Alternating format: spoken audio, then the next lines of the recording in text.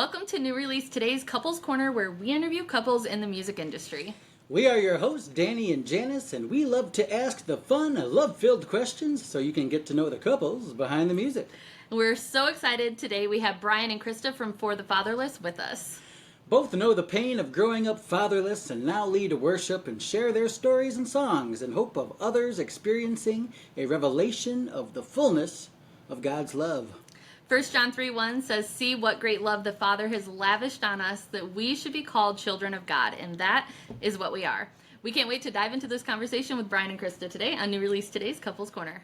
Welcome! Hey guys, Thank you so much for having us. We're so glad to be here. Yes, we're excited to get to know you guys better, and we would love, since we're Couples Corner, to start out with just having you share your love story. Yeah. All right.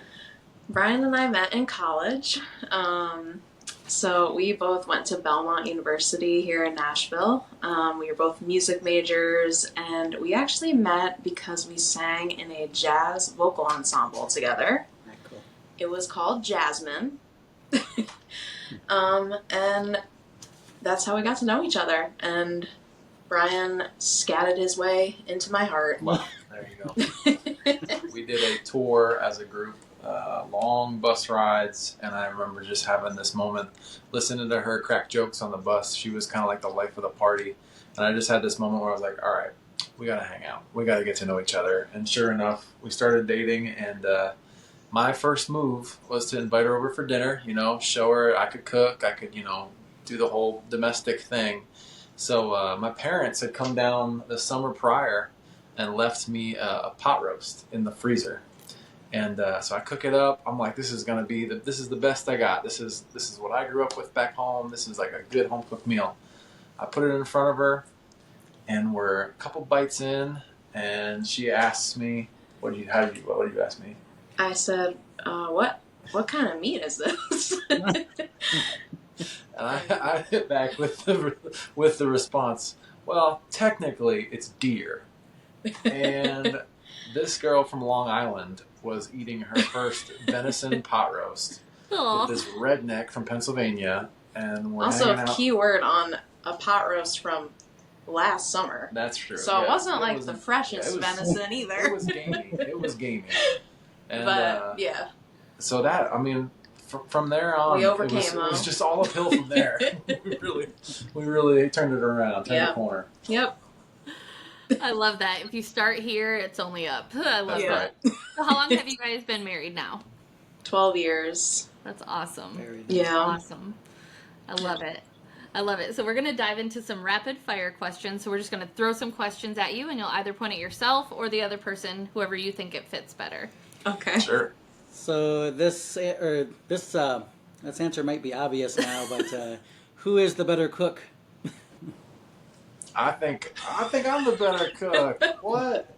He's a better baker. Oh, okay. I think I'm a better cook. But I also get to grill. Baking and grilling. I think that fits Well, the same. I don't know. After the venison question, I feel like it's kind of... We answer that for I ourselves. shot myself in the foot when I shot He's confident, though.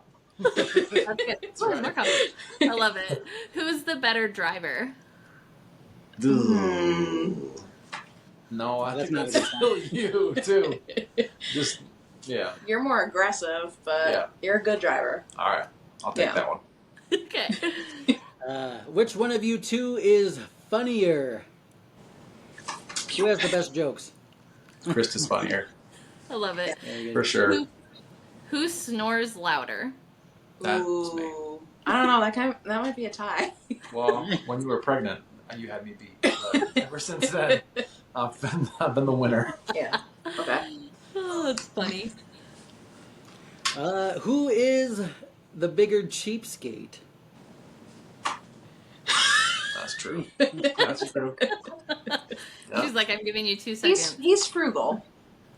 I keep track of the budget for us, so I have to wear that. I have to wear that badge of honor.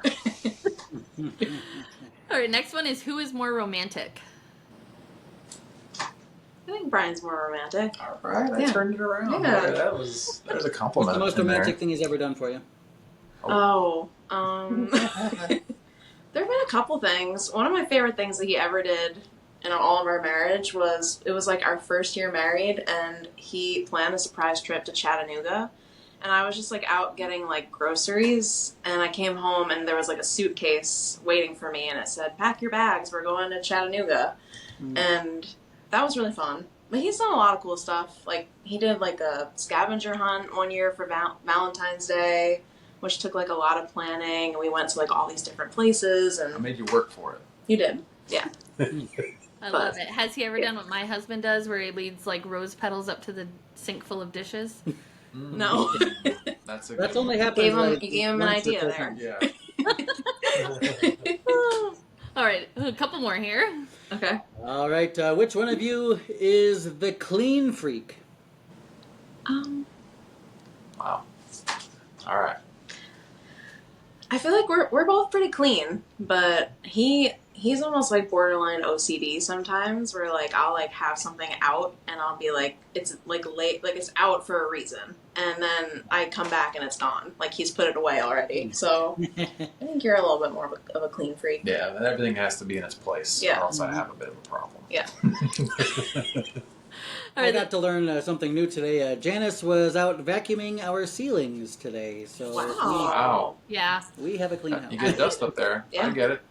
Yep, I'm definitely more so in this relationship. All right, which one of you is more competitive? Wow. All right. You're not doing the pointing. I don't know. I was thinking about it. You're very quick. She's like, Fingers. Yeah. You're more competitive. More competitive. We can't play certain games together Yeah. anymore. We because- did burn a bridge with my sister-in-law and my brother-in-law playing euchre one time. We're playing cards at the house. That got bad. Yeah, it was rough. Yeah. So I'm more competitive. We have one card game that I love, and like no one's ever beat me. And I asked him one night, I was like, "Hey, do you want to play Blink again?" And he was like, "No, I hate your stupid card game." Yep, we're right there with you guys. That's funny. Okay, final question. Who said "I love you" first? I did. This and is a that story. is Let's hear worth it. telling if Yeah. we have a minute. It was it was September 3rd, 2009. Remember the date. I just played music up the road from her dorm in college. Played a little coffee shop near campus called Bongo Java.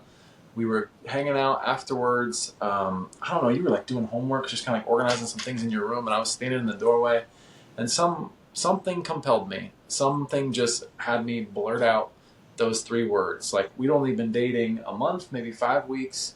It was fresh, and I felt like I was totally jumping the gun. The minute those words escaped my mouth, I feel like I heard a car slam on its brakes out in the driveway, and I heard like a record scratch, and I was just like, what in the world have I done? So like after what felt like the longest 3 seconds of my life, I finally hit her with, "Just kidding." Oh no! And I just tried to take it all back.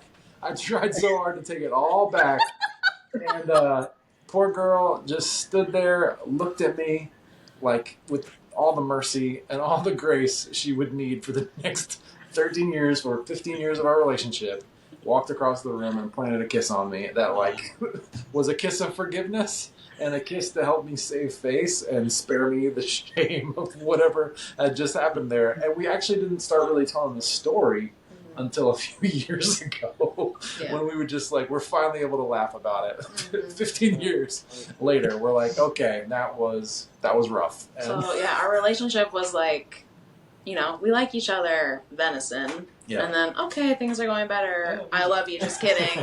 And, so it's a roller coaster. It's a roller coaster. Never a Just a dull little moment. bit of whiplash. Just a little bit of whiplash. True Like, story, wow, though. he loves me. No, he doesn't. Yes. That may be the best one I've heard. That is funny. I'm literally crying. That's so funny. Oh my gosh. All right, so we are going to finish out the rest of our time together with our cup of love, Cup of asking love. you some fun questions here. You want to draw first? Nope. Guess that one wants to come out. Oh, well, there we go. Okay. It fell out, so we'll do it. It jumped. Let's see here. Have you ever said "I love you" and not meant? No, just kidding. No. Can you share a particular moment or project that has been especially meaningful or impactful in your career as a couple? Yeah. I feel like we'd probably have the same answer for this. We did a live worship record. So we lived in Buffalo, New York for a while. And we led worship at a church up there for about 5.5 years. And we did this live worship record, and we did it all like in one day in the studio. And we had a bunch of our friends from church and from worship team come and be a part of it. And I think that is just my favorite project that we've ever done, we've ever recorded, just because I just will never forget like hearing the sound of like all of our friends singing back to us like while we were singing. And it was really special. So we recorded a song on that project called Bless the Lord. And so this was 2018 or 2017 we recorded it, and then we finally released it, that year. And when our oldest son was born, for whatever reason, when he started getting into music, he wanted to listen to those songs. And we even sang a song called Bless the Lord, kind of like as a lullaby for him at night. It's just like a really simple verse chorus. And little dude still sings it. Like he's almost 6 now. And it was the first song that he ever like could hear and sing the harmony part to, because we doing the duo thing, like our harmonies were kind of front and center. So I'll never forget that song. And we wrote it 2016, having no idea how God would use it in our family, just in our home and at bedtime. So that's been really special. Yeah. I love that. That is so special. They're just like casually like our son singing harmonies at 6 years old. I'm like, that's amazing. I know. He's pretty amazing. Yeah, we love him. He's a good dude. I love that. All right, our next one says, what inspired you to collaborate as a couple in the industry, and how has working together impacted your relationship? Yeah, I mean, what inspired us was just, we realized really early on in our relationship, right? Once we pushed past the venison and me completely botching our first "I love you," we got into our testimonies and we started realizing what was kind of the biggest work of redemption that God was doing in both of our stories. And that was, for me, obviously, like being adopted by my dad. I grew up in a home with my biological mom, and then my dad could have just been my stepdad, but he adopted me when I was 3 years old. And when I met Krista at 21, that story was still unfolding. She was actually a big part of me meeting my biological father, and a big part, and then my adopted dad was the best man at our wedding. Like, we just have the blended family thing. Like, we've walked through it, and she's been a big part of that with me. And then on her side, losing her dad to a brain tumor when she was 7, she was always very upfront about how hard that was. As I got to know her younger sister, got to know her mom, just realized, they're still carrying that loss, and God is still doing a lot to redeem that loss in us, kind of moving forward as a family. And our my mother-in-law lives in town now, and she gets to be the best grandma in the world to our sons. And really just, so we came together under the banner of For the Fatherless. We knew we wanted to write songs, we wanted to lead worship, we wanted to commit to a lifetime of music, and we had to highlight, and we had to say, like, this is what God's doing to lead us into this, and this is what He's already started, and what we want to trust Him to be faithful to complete in our stories and in our worship. So we dug into that, almost 14 years ago now, and it's been, it's just an ongoing process. Obviously, with a name like that, when we transitioned into parenting ourselves, and we really felt the weight of loving a little human in this world, I mean, it changed the game. Like, we still haven't really maybe figured out how exactly we want to do ministry as parents, because the priorities are just a lot different than they may be for, a younger artist that can kind of go hard after a touring schedule, or after paying the attention they need to social media stuff. so and all of that is good. But we've just kind of turned a corner. There's been a little bit of a letting go, and a lot of learning on our end to say, like, hey, like, we're a ministry family. We're in this. We're committed to this. We've seen the fruit. We know how good God is, and we know how He responds to our faithfulness and our obedience. But we're also like, this is going to be a work of redemption. This is going to be His leading. This is going to be His initiating. So that's been beautiful thing to be a part of. Mm-hmm. Yeah. That is awesome. We love your guys' heart, and we were just perusing through your website and everything, and I'm like, their heart is just, what you guys are doing is beautiful. We love it. We cheer you on. So, Yeah. all right. Okay, shake this one off. Here we go. What role does collaboration play in your creative process, and how do you handle differences in artistic vision and direction? How do you handle conflict in your relationship in the music industry? That's a good one. Yeah. You know. I think that collaboration is hard. I'll just go out Yeah. and say that even for a married couple, that like maybe there's some impression that we're supposed to kind of be in sync and have things worked out. We're in sync with like a grocery list, and we're in sync with like when our bills are due. But when we come together to write a song, or when we start dreaming about the next project, we could be miles apart, and we're sharing resources. It's a sacrifice to do whatever we do together. So like we gotta fight to get into the some kind of common ground. I think music is such an intimate thing. Like it's such an intimate thing. There are things in Krista that, you know, God really like breathed to life in her heart as a singer long before she knew me. And if we think about maybe what the last 5 years have looked like, there was a long time maybe when we started For The Fatherless, like I kind of would have presented as like the driving force, like writing songs, booking all of our travel. And then like we Krista stepped into motherhood, we stepped into parenting, and we were like, okay, this isn't healthy. Like part of what needed us to slow down was just like our communication like didn't work that way. And I'm realizing that like the reason it didn't work to just kind of plow full steam ahead is there are some like deep things that Krista needs to see fulfilled in an opportunity that's unique for her, and her having an equal voice in what we're doing. So really we've taken 5 years off releasing music to kind of honor and hold space and pursue. You never really get clarity, like in ministry and in pursuing your calling, I don't think, but you get to step into deeper trust when you kind of process that together. So I think collaboration is really beautiful, and you can't get there without learning how to hold space for the other voices at the table. And I just go on the record here and just say, like, we're still learning that. We're still figuring that out. And I've really been grateful for like the past year or so how we've kind of both been able to commit to it. Like we're really not taking a step forward without the other person as equally invested and kind of comfortable with it and committed to it. Does that make? Am I speaking fairly? No, it's hard work. We are definitely still learning. Becoming a mom has been such a big part of just like my story right now that I'm in. We have a 5-year-old and a 1-year-old, and so I feel like collaboration, it kind of looks like Brian keeping me creative in a way, or at least helping me to like remember that creativity is still something that I'm passionate about and something that I want. Because there have definitely been times in motherhood of just like, I can't. Like, I have nothing left to give. And he kind of helps pull me, you know, and I don't always make it easy.